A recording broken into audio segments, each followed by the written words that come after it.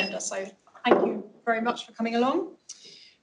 We are expecting Simi Diani, but she's not here yet, so if she comes, maybe you can make a note of that when she comes. So I'm going to start with the minutes of the last meeting. And I just wondered, pages 4 to 6 on the agenda pack. Is everybody happy with the minutes of the last meeting? Agreed. Thank you. And apologies for absence. We've done no apologies. Declarations of interest. Do we have any declarations of interest on any items on the agenda? Okay. Thank you. Public participation. Do we have any public participation? No participation, but we do have a member of the public attending for item 9. Thank you. Referrals, this is item 5. Referrals to Cabinet. There were no referrals to Cabinet. Item 6, the Cabinet forward plan. It's on pages 7 and 8. There is one change to that. The leisure investment option report is on this agenda, so obviously come up. Thank you. And I also want to check about the TSM. It's showing twice, David. I'll come back to you on that. Thank you. Thank you. Are we happy to note the forward plan? Agreed. Yep. Okay. I need to go back to my agenda.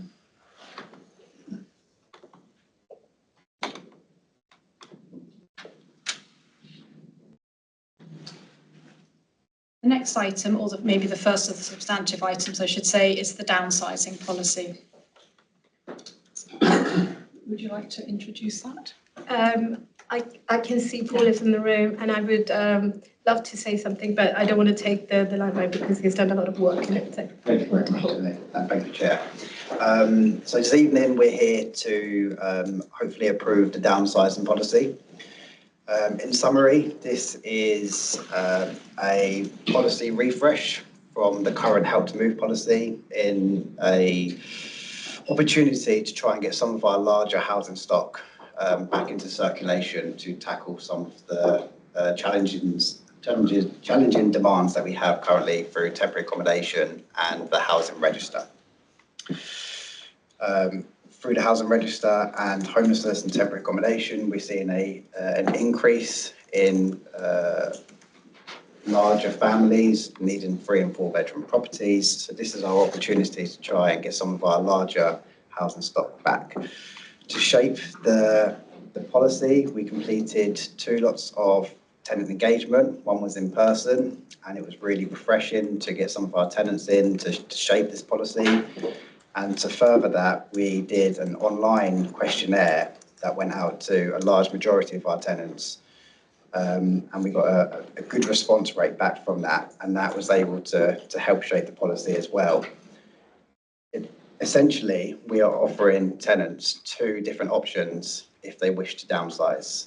One is a handheld support approach, and the second option, if they wish to choose, is a financial payment, but they do a lot of their own arrangements.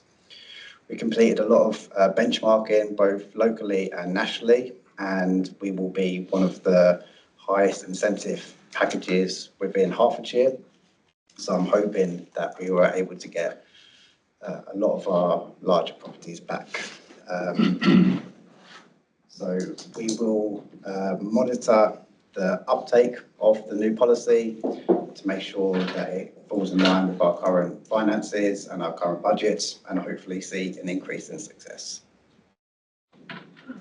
Can I just also add that we've also done benchmarking exercise across other councils as well to see what kind of incentives they're giving, what kind of supports they're doing, and what's the sort of uptake they had as a result of that. So yeah, I think we've done enough groundwork to come to this point where we are.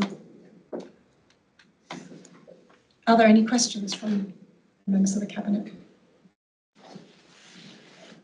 Just like to say, I I think this is an important move to try and encourage people who chose to live where they're living a long time ago. Things have changed, things have moved on, and all the time we've got families coming up who need this kind of accommodation, and they need it because they're going to fully fill it. So I'm not in favour of telling people where they can't live anymore, definitely not. But I think an incentive or an easy path for people to do what is ultimately the right thing for our whole community, so that we can house as many of our families as possible in the best way. And support this. We can't enforce downsizing, but our current package is £500 per property, no matter what size of property you're giving up and what you're going into. And the new package is up to £5,000 per property, depending on what you're giving up. So hopefully this actually does give some real-time incentives for households to finally make that move. William? In view of the benchmarking, what is the anticipated increase in take-up? Any sort of targets or idea of how good take-up might be? It's a little bit of a balancing act, because it's as much as take-up as it is supply.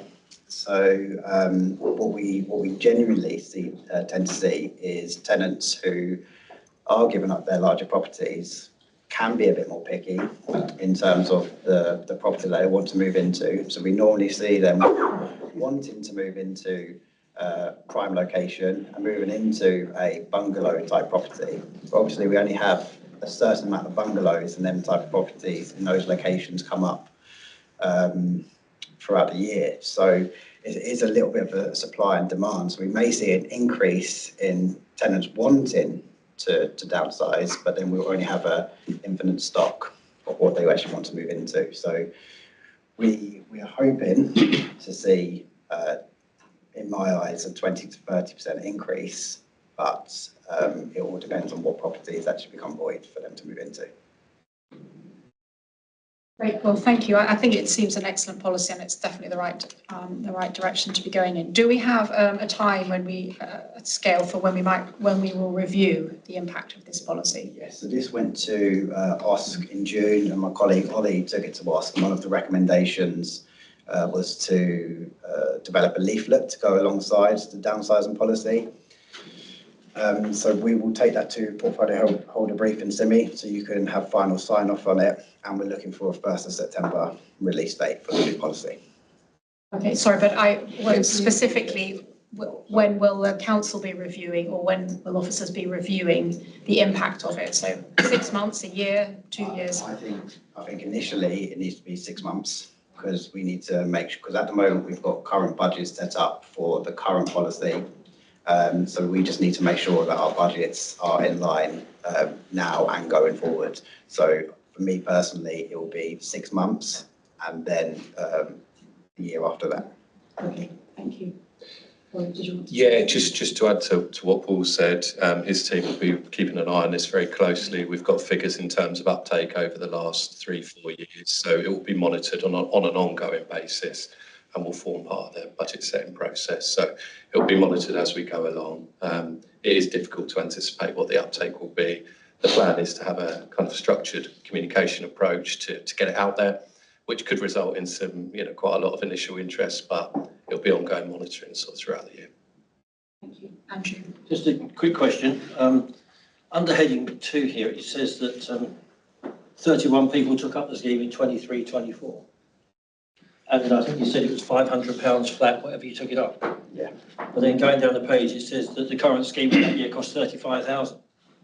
If it's £500 flat for 31 properties, that would indicate 15,500. Sorry, I'm just going down to cabinet report. The first one's like item 2, and the second one is near the bottom of page 13. I wonder what the difference. So if by the current scheme and the proposal that was actually used for budget in the 23-24 period, it cost the council £35,000. If the same number of tenants moved out, but under the new scheme, on average, it'd be 54,000. So we won't see an increase or a pressure on budget unless there was a 40% increase in take-up. So are we saying, sorry, Chair, that we spent 35,000 in 23-24? On this scheme, yes, As it is currently? as it is currently. That's my question, because you say only 31 people moved at £500. That's 15,500. On average, it's downsizing. There are tenants who have moved out from an adapted property who get a slightly larger payment, but on average, it's normally a household is moving from a 2, 3 or 4 bedroom property and they're downsizing, so they get the £500 payment. So there is a variation on that 500? There is, but it's usually the... Yeah, I couldn't make those two figures. Okay, thank you. Thank you. Well, thank you very much, Paul, for all the work, and Ollie. The recommendation is that the Cabinet approves the downsizing policy. Agreed. Thank you very much. Thank you. Item 8 is the establishment of a Dacorum investment partnership. And Matt, William, did you want to introduce it? Just briefly, as we're all aware, the investment partnership was approved by the Cabinet last October. And since then, there's been a selection process to identify a partner. Hill Investment Partnership has been selected to help the council drive forward our housing growth and regeneration. And I'll let Catherine and Matt talk to the detail. So yeah, briefly, just as set out in the report, the purpose of the investment partnership is to engage with a private sector developer that will help unlock the capacity and the expertise that will help support acceleration of our ambitions around housing, regeneration and placemaking. And a rigorous selection process was followed in order to make sure we've got the best partner that can help the council achieve those ambitions. And so the delegated authority that's sought will complete the members' agreement, and there'll then be a period of time where a business plan is worked up in more detail for proposed sites and schemes, and that'll be brought back to council, to Cabinet by the end of this year, and then on to council. I will hand over briefly to David Barrett, our project executive, to give a brief summary of how the partnership's anticipated to work and the proposals to Cabinet. Yeah, so just a few headlines, just from me really, just as a reminder, the investment partnership that we're proposing is to take the form of a limited liability partnership with equal representation from Hill and from the council. Entering into this partnership doesn't specifically commit us to any particular project. What it provides is a framework for us to move forward, aligning with our strategic objectives to consider delivery, particularly around housing delivery and town centre regeneration, with the benefit being that we can explore that with a market leader developer. The plan is that if we achieve approval tonight, we will go away and work up a business plan. We'll bring forward the first opportunity sites, and we'll bring that back in December for approval.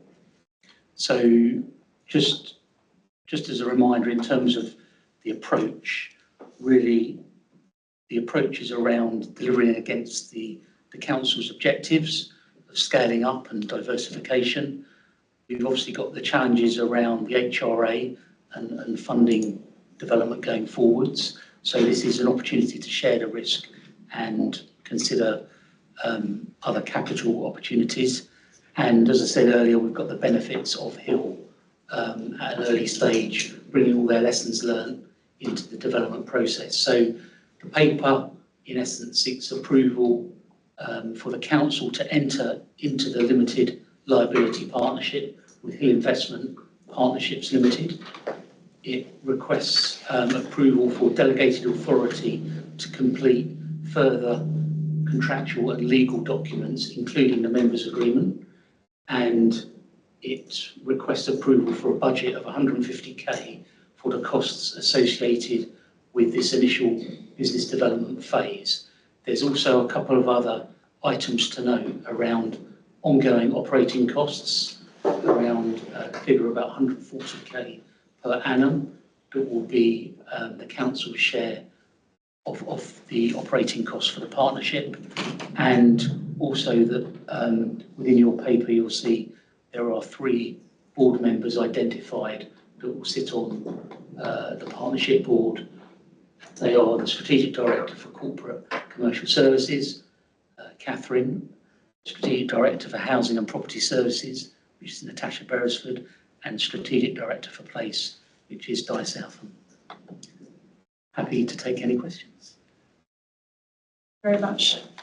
Are there any questions?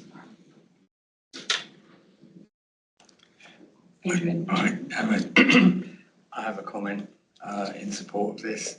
I think this is a really exciting new tool for the council to try and harness investment for all our goals, whether that's finding some more housing opportunity or I hope eventually being able to use it for more placemaking parts of what we do. So it's great to see it progressing and getting to a point where we can start to look at the first cohort, and so that it can do some good. Thank you. Yeah, I'd just like to add my thanks. I think it's a really exciting project. I'm really glad that we can move forward with this. I guess one quick question, just to have it on the record: when do you expecting our first development, to come forward? So if the plan is to bring the business case back to Cabinet in December, and then it will be a full year before we see activity on site, subject to getting planning approvals. So end of 2026, and that would be fantastic if we can keep to that timetable and, fulfil our ambitions in terms of affordable housing and the wider regeneration of Hemel. So I think if we'll move to the Andrew, I'm sorry. Okay. Just help me to understand. There's a joint board here made up of officers from both sides of the partnership. Does that joint board is it required to bring projects back to the democratic process here for sign-off before they approve them, or have they got delegated authorities to approve without reference back to members? No, so that would be at the end of this year, that once the original business cases are worked up and the IP board believes that they are viable, ready to go, then that would come back through our democratic process here and go through to Cabinet and Council, because there would be funding requirements as well. That's fine. I just couldn't see in the report how that worked. That's fine. Thank you. Thank you. Are there any further questions? Okay, I'm going to move to the recommendation, which I think that I should be reading. I know that David don't has largely specifically need to agree. David has largely read it. If you just suggest there's 5 recommendations. Okay, so there, as David's highlighted, I think you've mentioned, not quite verbatim, but pretty much all of them, and you've certainly highlighted them. So I'll just highlight them again. There are 5 recommendations in the report, and I'm seeking from the Cabinet to agree the recommendations. Agreed. Thank you. Thank you very much. I know that's been a lot of work, so thank you very much. And Matt in particular, I know that you've done a lot of work behind the scenes, so thank you for that. So we're going to move on to item 9, which is the leisure investment options. It's a report on behalf of Adrian England. Adrian, would you like to say a few words? Yeah, just a couple. There used to be a time where local government was funded relatively better than it is now, and there was the ability for councils to use a more central grant to be able to do their placemaking and support the local economy. The UK SPF is a bit more tightly controlled than that. Lots of requirements, criteria to meet, and the team with Di at the top has done a really good job putting together a programme for investment, which is crucial, and it dovetails with our draft active wellbeing strategy in some places. I made a few tweaks, but I have to say it's not all my own work. In the time-honoured fashion, fantastic work. Thank you. Guy, if you want to say. Yes, so the report sets out the findings and the proposals for leisure investment options, following on from some work undertaken with regards to stock condition surveys and the like. So the report sets out those findings and recommendations for the next, and seeks approval for the recommendations to take those projects forward, which does include the delivery of our landlord obligations, as well as some initial proposals on customer experience and enhancements. Final details of that we're recommending would be subject to a cross-party working group. I think it's worth pointing out that this level of investment is needed not only to secure the most commercial position when we do retender the leisure contract, but also to maintain the current management fee through the current contract by helping to ensure that we're able to maintain and continue services. Thank you. Did you want to say a bit more? No, sorry, you just said I wasn't sure. Sorry, I think that's it. It's all set out in the report, so unless there's any questions. Thank you. Do you have any questions on the leisure investment strategy? I just wanted to ask about the cross-party working group. When will that be set up and coming forward?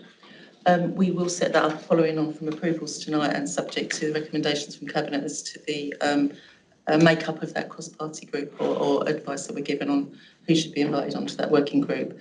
So, sorry, I should have mentioned the next steps following on from tonight, subject to the approval, sorry, will be to establish the cross-party working group and to put in place the processes and seek the support that we require set out to begin the procurement process. There's a lot of work, there's a big procurement activity attached to this, and so that will be the next steps. Well, it's a huge programme and we really welcome all the work that you've done on it, and Chris, thank you, and the preparation for moving forward and investing again in our leisure centres. So it will be really welcomed by residents. I will read the recommendations this time, since you've left me to do that. No, that's fine. I didn't want to repeat them again, so I will read them. So the recommendations are that Cabinet agrees to undertake the DBC landlord maintenance obligations required under the contract over as part of the overall investment programme. I'm not quite sure whether that reads quite right. Over what? Over as part of the, as part of the investment programme. And secondly, delegates authority to the interim strategic director of place in consultation with the portfolio holder for place, following consultation with a cross-party councillor working group, to develop a set of proposals that can be progressed into a full set of costed investment proposals with the support of experienced leisure centre refurbishment and project management companies, and everyone active as our leisure contractor. Thirdly, that Cabinet agree that a cross-party working group be established with a proposed membership of 6 members to assist with the development of proposals identified in recommendation 2 above. 4, to delegate authority to the Council's interim strategic director for place, following consultation with the portfolio holder for place, chief financial officer, section 151, and the assistant director for legal and democratic services, to enter into any necessary contracts, agreements or / agreements to deliver the leisure centre investment proposals. Agreement. Agreed. Thank you. Just to note, the project will be reviewed after 5 years. Thank you.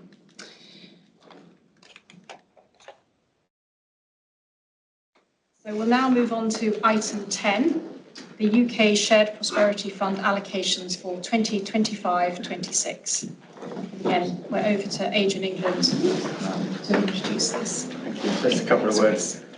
This is quite a technical piece of deployment of resources, which we got from the government. The idea is to ensure that the goals of the grant funding are observed and followed. So that has to be done carefully.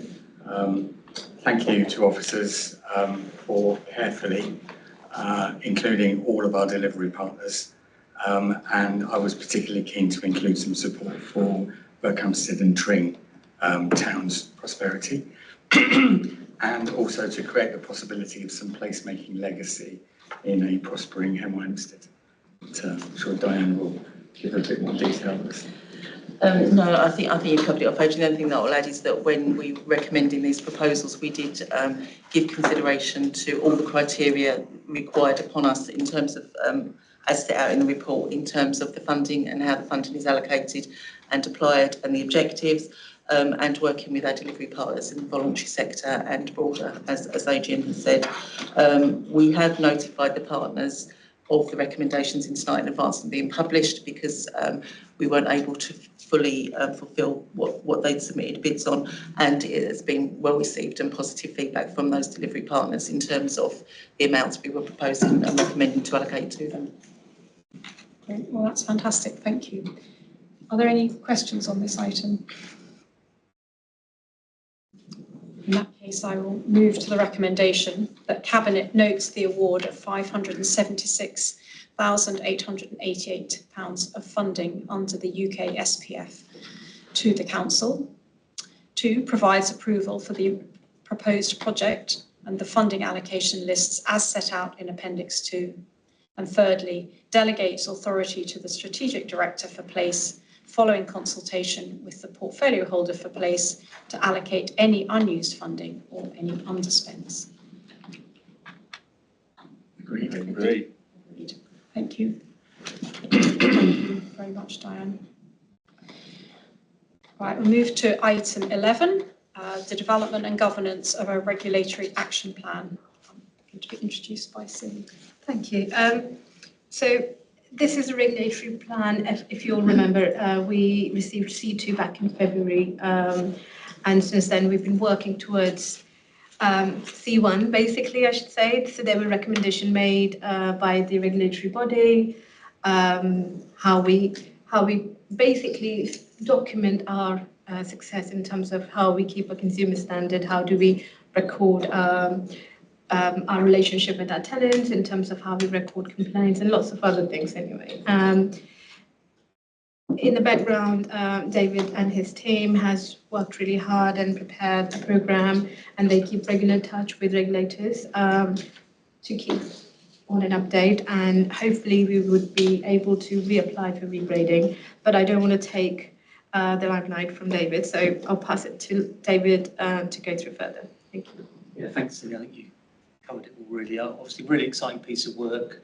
We're keen to move on and try and obtain a C1 rating. This action plan that's been developed alongside the regulator, we meet the regulator regularly, so they're content with this approach, and it really sets out the improvement plan on our journey to get to C1, and also the report does highlight how we're going to monitor against the plan. So yeah, really good piece of work by the team, and we're making good progress on achieving those improvements, but we're bringing the plan here. Thank you very much. Are there any questions?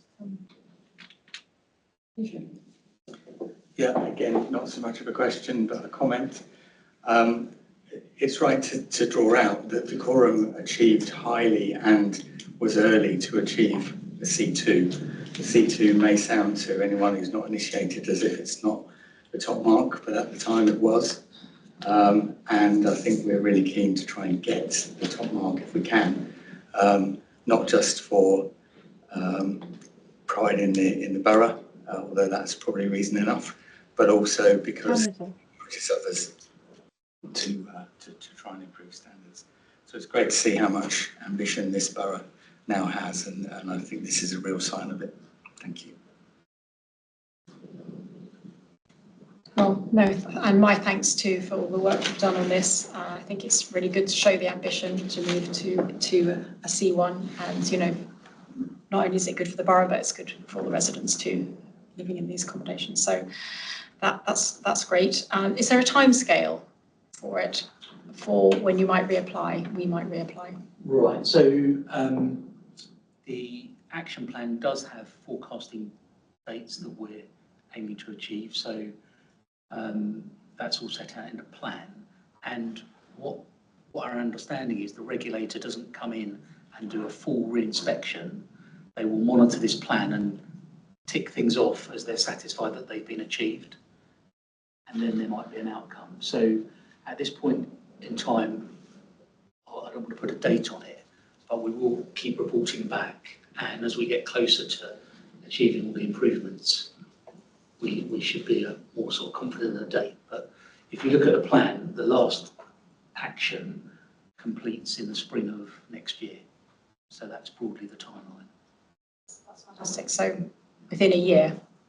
Yeah, I would anticipate By that. this time next year, we Yeah. could be, well, that's fantastic. So thank you. Let's hope we can keep on track for that. So I'm going to read the recommendation. Sorry, Terry. If I may, there's reference here to the Tenant and Leaseholder Committee. Have they been continually updated, and do they continue to be updated, Simi? Yes, they are. And how is that done? So we have regular meetings, Right. and in those meetings, they've been part of this journey even when we were receiving the C2 rating, and we give them regular updates along the meetings. Okay. Thank you. Does that answer your question, Terry? Yeah, thank you. Okay, so I'm going to move to the recommendation, which is to approve the regulatory action plan and arrangements for monitoring delivery of the regulatory action plan. Is that agreed? Agreed. Thank you. Next, we're going to move on to item 12, consultation on renewal of public space protection orders relating to dog control and Hemel Hempstead Town Centre.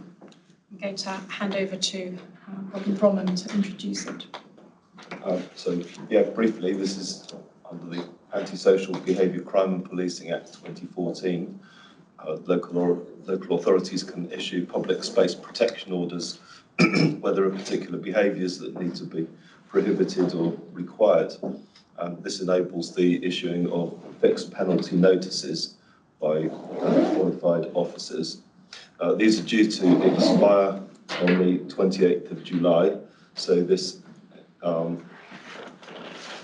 agenda item is about renewing those with some very minor changes. I'll put over to Steph's team to add any more detail. Robin. So yeah, this report is to provide an update on the recent consultation that we had in relation to the renewal of the public space protection order, and following then the recommendations of the officers following consultations. So I can pass it to Sarah for the detailed explanation of the consultation, the outcome, and what we're recommending. Thank you very much. Essentially, the outcome of the public consultation obviously has driven the recommendations that we're making to you this evening. So we're asking you to note, obviously, the content of the report, which obviously outlines the outcome of the public consultation, and that you agree to the extension of the dog control public spaces protection order with the inclusion of National Trust land as requested by the National Trust, that you agree to the extension of the Hemel Hempstead Town Centre public spaces protection order for the areas previously covered, with a slight change to the enforceable area to enable cyclists to access cycle racks, and that you agree to a further consultation around the cycling and skateboarding prohibition to inform next steps around possible changes to that prohibition. Does anyone have any questions? Thanks, Sarah. That's great. Sarah's put it out there. I have one, but I want to leave space for anybody else first.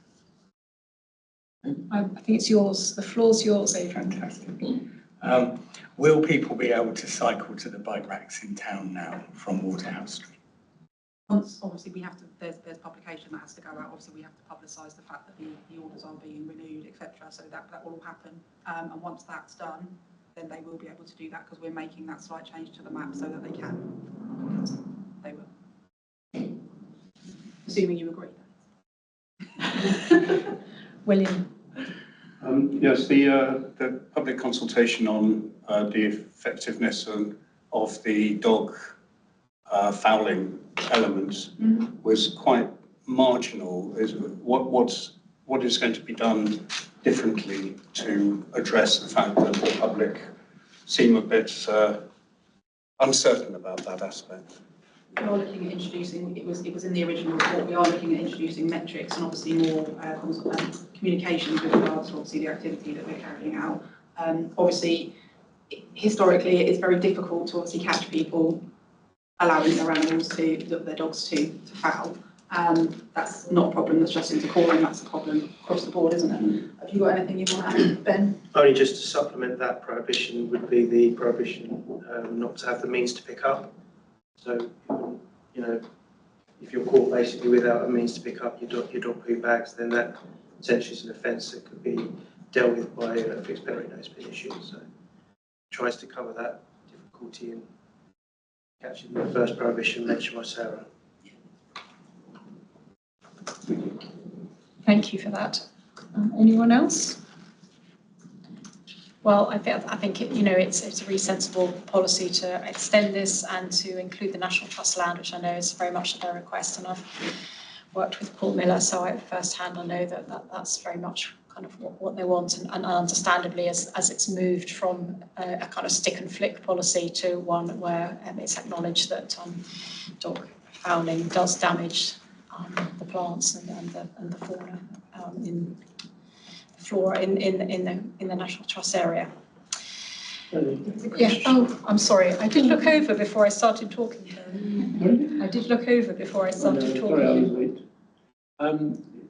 As you know, a lot of my ward is National Trust land, and I'm quite sure that dog owners who use it are respectful and understand the nature of the land.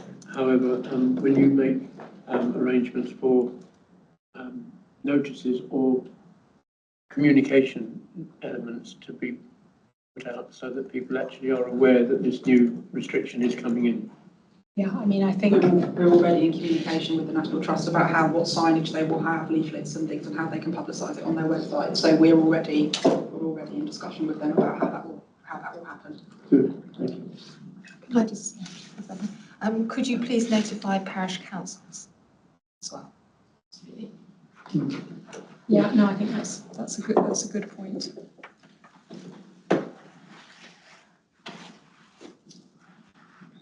So I think, as I said, it's a positive move, and welcome the policy. So in terms of the recommendations, Sarah said most of them. Do you want me to read them, or are we happy to note them? I'm happy if you refer to the 4 recommendations in the report. Okay, well, as highlighted earlier by Sarah, the 4 recommendations are set out in the report.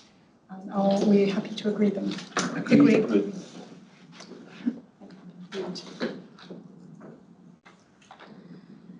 Okay, so thank you for all your work on that. Going to move to item 13, the Air Quality Action Plan 2025 to 2030. Robin, over to you. So the Air Quality Action Plan, local authorities in England are required to assess air qualities, and where pollution levels are likely to exceed the statutory threshold, we are obliged to declare air quality management areas, and we have 2 of those at the moment in both in the valley in Apsley, Lawn Lane and London Road, for the high levels of nitrogen dioxide. Even though they have been declining in recent years and they are below the threshold, they're still near enough to continue to monitor those areas. So we have real-time air quality monitors and lots of tubes which do a more simplistic type of monitoring around the district. I'll hand over to Steph and Kieran to add any more detail. Thank you, Robin. Yes, the report effectively highlights the need of an air quality action plan and also the outcome of the consultation. The team has been very busy in preparing the plan with 12 key objectives, and those were then shared with the community for consultation. The outcome of consultation was very positive. I think the vast majority of people agreed with the plan, And so I'll pass it to Sarah that can explain a bit more and also go through the recommendations or after the consultation. Thank you. As Robin and Steph have both said, this is obviously a statutory requirement that we have to have an air quality action plan because we have air quality management areas within the borough. We've obviously been out to public consultation, and we also have a air quality steering group where we meet regularly with our partners, obviously because we're not the only ones that are responsible for the air quality in Dacorum. Obviously our partners such as highways, etc., they also have, you know, we need their buy-in as well to obviously make improvements. So this plan has obviously been through that steering group as well, and they've all fed into it.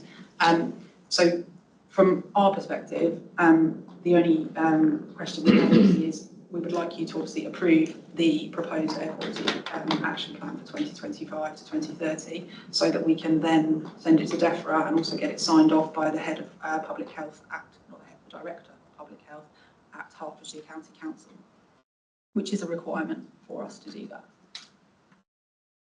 Thank you very much. Does anyone have any questions?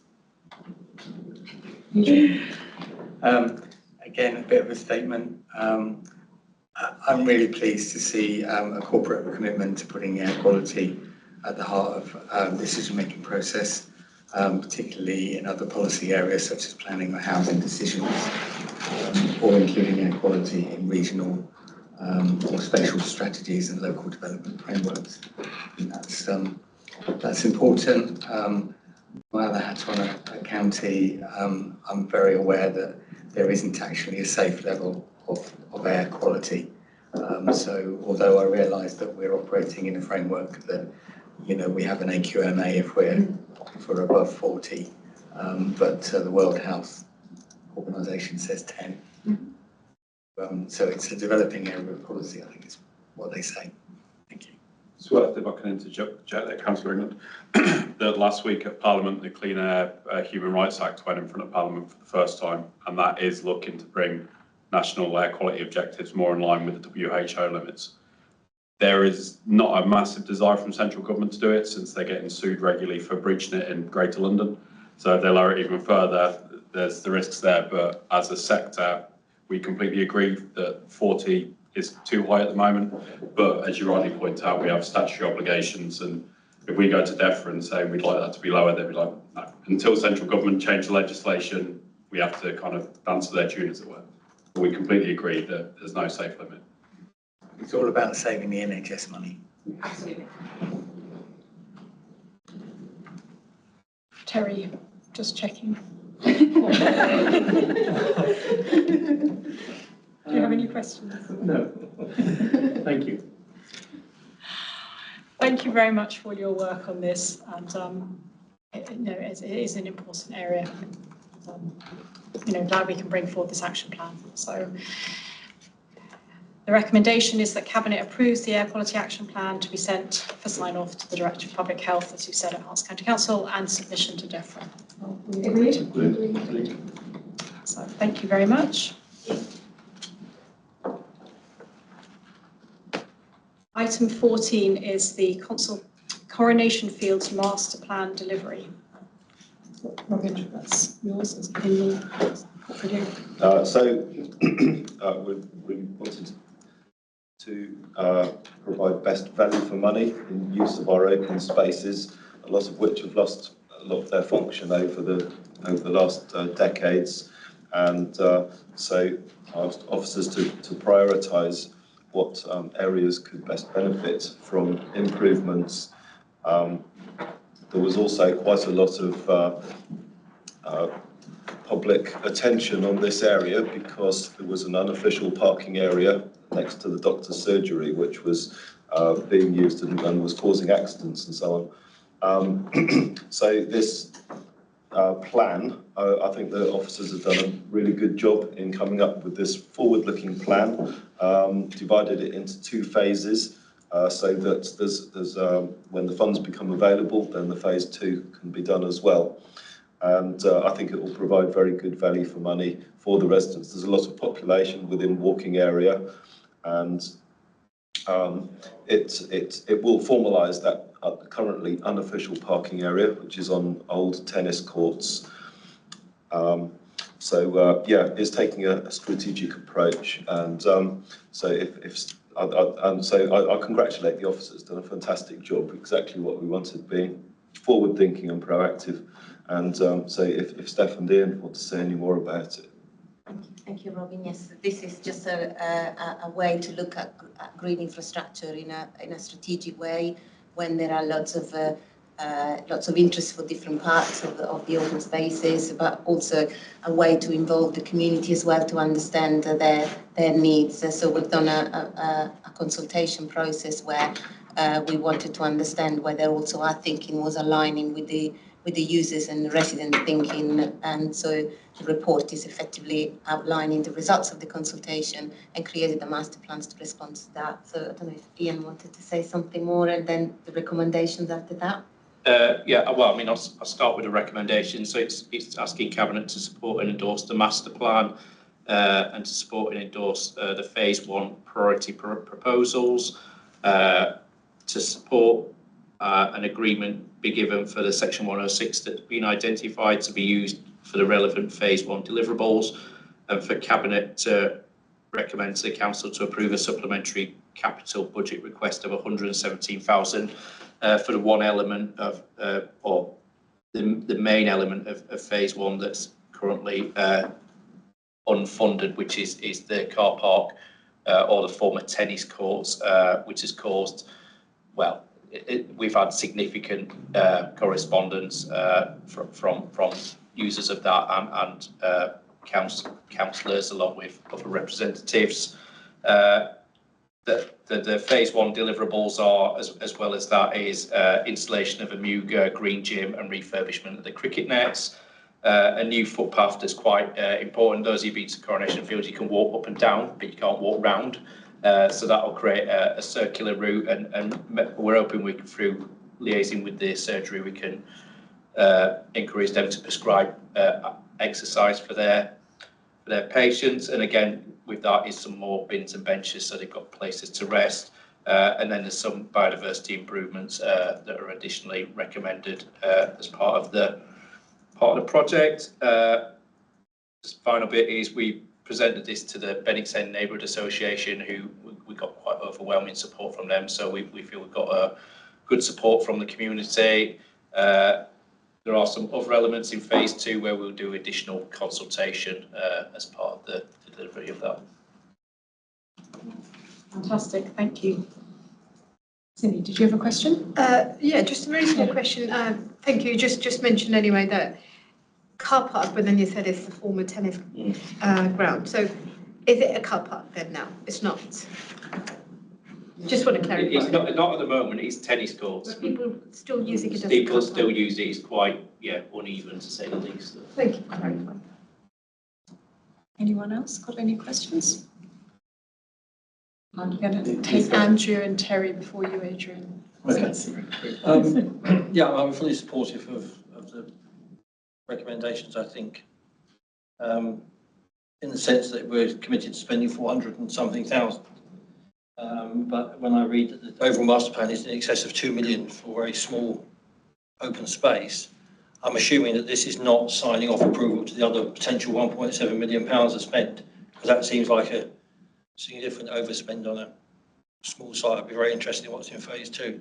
Happy with what's here, but I think this, just want to assure that we're not committing ourselves to funding up to £2 million pounds worth of work on a small open space. I think Nigel wants to come in, and Steph. So. This is just approving phase 1. 3/4 of this cost is being funded through section 106, and still a large element of that is section 106 that we've been struggling to allocate. So this is a good use of funds that we already have. Any further phases would obviously go through the same process as phase 1 in terms of wider scrutiny, cabinet assurance, and obviously signed off by cabinet and council. So there's no further commitments outside of the additional 117,000 the use of section 106 or so. Steph, did you want to add anything? No, thank you. I'd just like to add that I think it's a really, really great project, and I think if you don't get stuck, it's really important to get started, and phase 1 will establish it as a viable and much more interesting park, a place for people to visit, somewhere that people can walk around if they're just walking, a place where they can play games. And it solves the issue of the old tennis courts, which has become a car park, but obviously with a sub-base of a tennis court is totally unsuitable for its use. But given that it's near a doctor's surgery, there is a huge demand for parking in that space, and we will be solving that problem by turning it into a car park. And hopefully that can also be used by people who are visiting Coronation Fields. So I think it is a really, really good to get something off the ground. And, you know, phase 2 will come forward as and when. And as you're probably alluding to, there are lots of other areas across the borough. And if we can get them all started a bit, then the icing on the cake comes sort of further down the line when further funding's available. Terry, I think you were next. You've stolen my thunder, really, because I have to declare an interest because I'm Benetton surgery is my surgery. And I know that the car park, as it is referred to at the moment, I mean, it bears no relationship whatsoever to being a tennis court, and it hasn't done for a good number of years. The surgery has expanded and offers more facilities, which is good, and the fact that it's really quite constrained at the front with regard to car parking. So the fact that you're putting this in phase 1 as a detailed area, I absolutely applaud that. The one thing I would question Robin about is I think you said that there'd been a number of accidents in the car park, and I'd be interested to know how many accidents there have been in the car park. Well, I've been getting reports that the MP, David Taylor, reported that there had been a specific accident, but I haven't heard the details of it. But both he and the local councillors have been mentioning for some time the risk of accidents.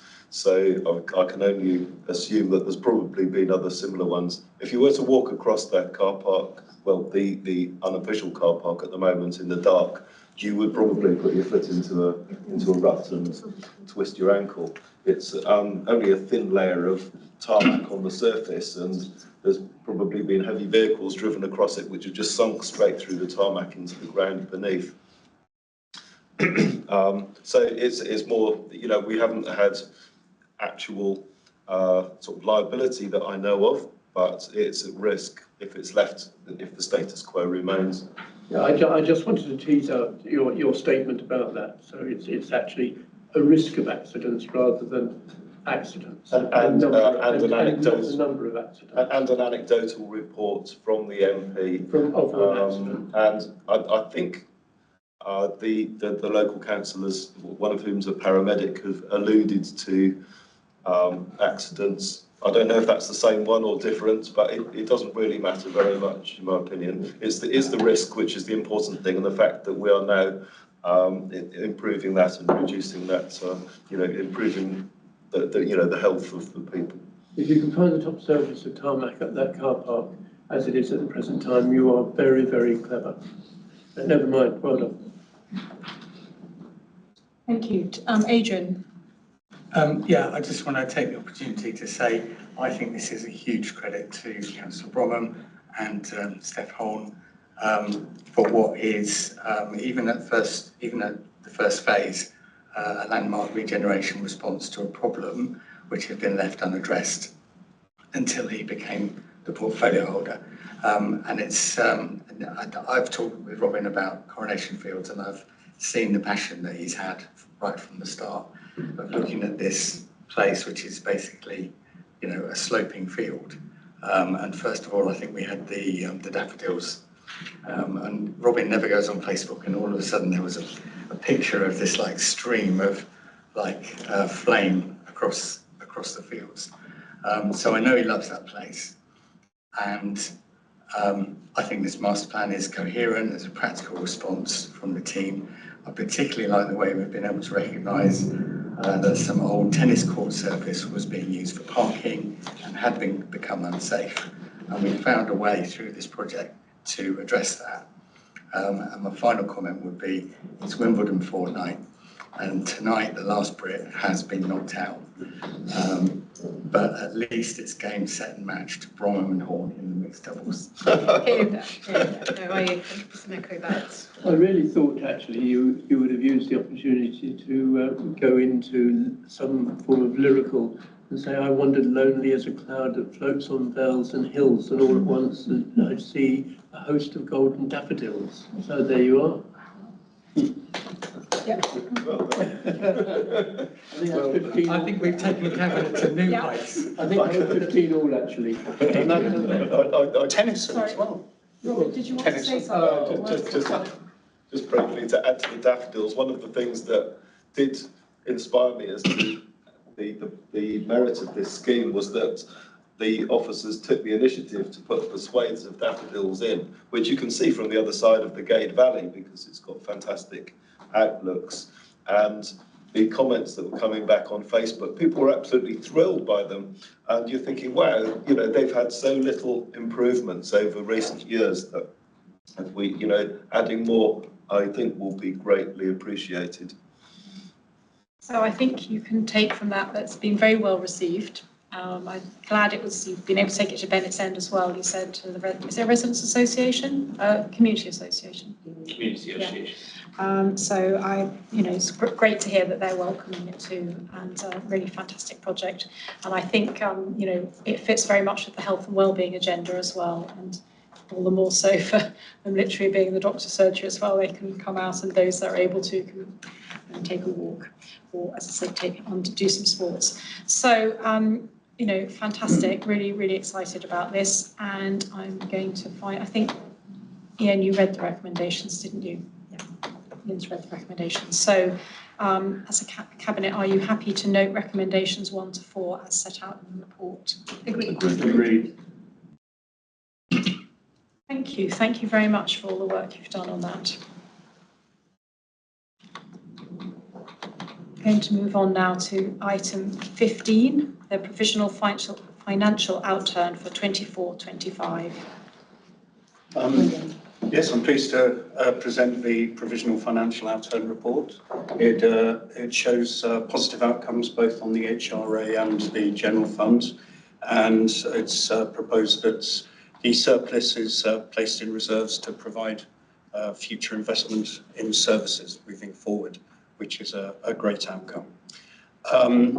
The draft accounts have been published and are with KPMG, and we're expecting the auditing process to conclude in September. I would like to commend Nigel and his team's hard work in this. Once again, they've got the accounts out in a very timely fashion. I'm not sure it's quite your personal best, but it's not far off, I don't think. Was last year your personal best on? It's not quite our personal best, but we were the first in Hertfordshire to publish our accounts, which is always a good milestone. Good. So I'll let Nigel talk. I wasn't going to go into any more detail. The report is obviously there and hopefully has been read. If not, it's been through various scrutiny groups in terms of the position, which hasn't changed from the scrutiny reports that were published last month. A good positive financial outturn. We've gone through the details of that in many groups. Predominantly helped from treasury management from a general fund perspective, which is something that is slowly going to fall away now in this current medium-term plan. And again, the HRA, it was great to see the HRA providing a surplus prior to its capital slippage, given we've worked very hard, Darren in particular, as he's in the room, in his old role and his current role in terms of turning the HRA around from deficits to surplus. And now we've been able to start to put a small amount of money into those reserves for the HRA to make it more sustainable. So a good outcome from a lot of hard work, not just from me or finance, from the whole organisation, and collective financial stewardship has been very positive in 24-25 and hopefully will remain so going forward. Thank you very much, Nigel. Are there any questions? No? You've kept everyone quiet. Well, just to add my thanks for all the work that you've done and for really good result. Going into what we're going, well, it feels like Groundhog Day to say that there are always difficult financial circumstances, but I think things genuinely are quite a lot tougher this time round, and it's good to know that we're going into that kind of in a strong position. So, thank you. Do you want me to read these recommendations, Mark? Go on, just to get in there. Just to get back in the mood, since everyone else has stayed. Didn't bother. Actually, might take my glasses off, it's really a lot easier when I have them on. So the recommendations are to note the provisional 2024-25 provisional financial outturn position and associated reserve movements for the general fund, housing revenue account and capital programme. Secondly, to recommend to Council to approve the general fund environments for 2025-26 set out at section 4.6 of this report. Thirdly, to recommend to Council to approve the general fund reserve transfers for 24-25 and 25-26 set out at section 8.1 of this report. Fourthly, to recommend to Council to approve the housing revenue account reserve transfers for 2024-25 set out at section 8.2 of this report. And finally, to recommend to Council to approve the supplementary capital budget requests relating to 25-26 set out at section 9.4 of this report. Is it agreed? Agreed. Thank you very much. Thank you, Nigel and Claire, and your teams. I'm going to move on to 16, item 16, the strategic risk update and quarter 4 24-25 performance report. Well, as it says, it's quarter 4's review of strategic risks. This builds on a review that was undertaken earlier this year by quite a few of us here. The risk broadens one of the existing risks and adds 2 new strategic risks to the register. And the report asks the Cabinet to approve the revised register. I don't know if you want to add anything. Very quick summary, and I'll cover the recommendations as well for the Chair as well. Oh, thank you. So 2 main items, the quarter 4 24-5 strategic risk update. As the portfolio holder has said, there's very limited change to the risk scores, but obviously worth noting, and any feedback can be taken back to Audit Committee or Council. And the second recommendation in the report is to approve the revised strategic risk register as set out in table 1 of section 4 of the report. As again, Councillor Allen has referred to, many members around this table, if not all members around this table, have been involved in this process that started in January. No significant change to the strategic risks. A couple of new ones which are more pertinent to both the political environment we're in and the economic environment with LGR, and a widening of the broader resilience risk. So from that perspective, although we have reflected the new corporate plan, it's more reflecting the current status of local authority sector than anything else. As part of that review, we also did undertake a lot of benchmarking, both in Hertfordshire and wider sector, just to see if we were reflecting where we were. And a lot of that work was led by TIER as well as our partner, and who again are very supportive of the proposed strategic risks. Thank you. Do we have any questions?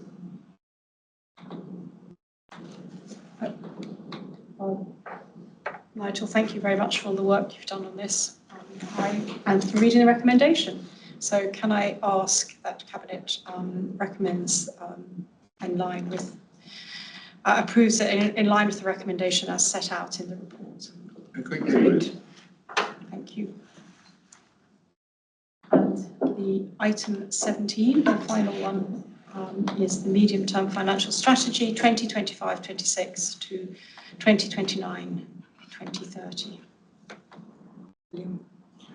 So the report outlines the expenditure assumptions, income and expenditure assumptions over the medium term. As you can see, we need to achieve savings of 2.5 million within the time period of the report.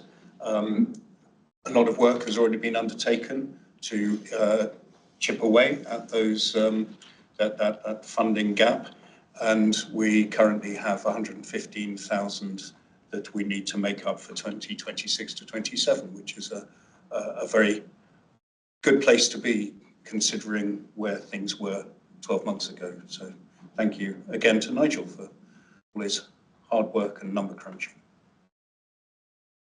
I'd just like to add, it's very much a team effort. The MTFS is a collective document for the whole organisation. I have the pleasure of taking the lead on that, but from that perspective, everybody's involved around the SLT table and then down through teams as well, looking at their own budgets going forward. Again, I won't add anything to the report because I take it as read. There are a lot of talk around local authority finances at the moment, particularly in recent days, around the fair funding review. There's still a lot of uncertainty on the formula and what goes into that. Various different models have been created with various different outcomes, which doesn't help to that cause. But what I can confirm to Cabinet is once we have got a definitive position on our medium-term funding, we will bring that straight to Cabinet, be that whenever that may be, probably the end of this calendar year. On the positive side, we are expecting a multi-year settlement, so we should have a good understanding of at least a 3-year process, so most of our MTFS period, which will give us some certainty around where we're at. We're all aware of the uncertainty we've had in recent years and the ups and downs and what we've had projections on funding. So that will resolve one issue we have had in recent years. But at the moment, there is probably just as much uncertainty as there has been in previous years, unfortunately. Thank you. Does anyone have any questions? No. I have a question. Who's reading the recommendation? Sorry. That's the question. Oh. There are 4 recommendations on the report. Firstly, to note the 5-year funding savings requirement of 2.5 million and be aware that myself and the strategic leadership team and Cabinet will work to deliver options to close and remove that savings gap. In terms of Cabinet, they're asked to approve the medium-term financial strategy 25-6 to 29-30 as set out in Appendix A of the report, and I can confirm that I will come back to Cabinet, as I've already stated, if there are any significant changes to the approved MTFS.